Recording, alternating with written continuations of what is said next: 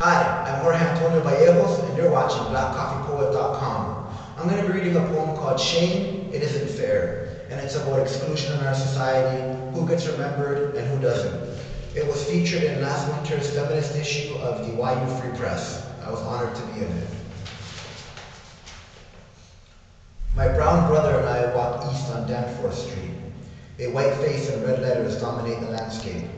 Missing is written in red across white sheets of paper plastered on light poles, newspaper boxes, storefront windows, billboards, building entrances, and after several blocks, our minds. $5,000 is promised to the person who finds shame fair, a 19-year-old university student with several privileges: male, skin, physical, academic. The sun beats hard on us, just like a system that favors a select few over many others. Our murdered and missing sisters aren't on the news, in the papers, or on posters in our country's biggest city. People of color and Canada's undesirables aren't given that much space. It's sad that someone gone missing reminds us of where we are in society. A white face paired with red letters on white paper brings the feeling of walking the gauntlet of white power and the social ills that come with it. Shame, it isn't fair that you've gone missing. It isn't fair that your mother's tears flow as I write. It isn't fair that you're all over the news while the media ignores missing people of color.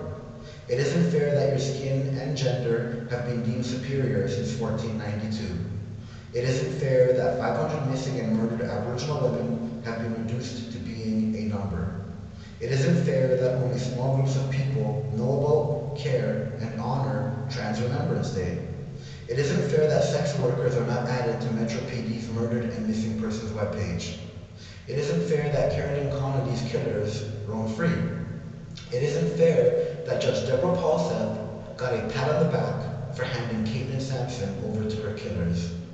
It isn't fair that Neil Stonechild's killers were suspended with pay. It isn't fair that no cops have ever been questioned or charged for torturing people and worse at Cherry Beach. It isn't fair that your privilege voids assumptions about your disappearance, whereas a young black male gone missing would be assumed related to the drug trade. It isn't fair that two white boys found dead in a Jeep made front cover of Canada's 3 major papers for a week straight because of their parents' wealth and influence. It isn't fair that everyone knows about, remembers, and mourns Jane Kripa, and not also Helen Betty Osborne, Daleen K. Bossy, Chantal Dunn, Rena Verk, Stephanie Beck, ...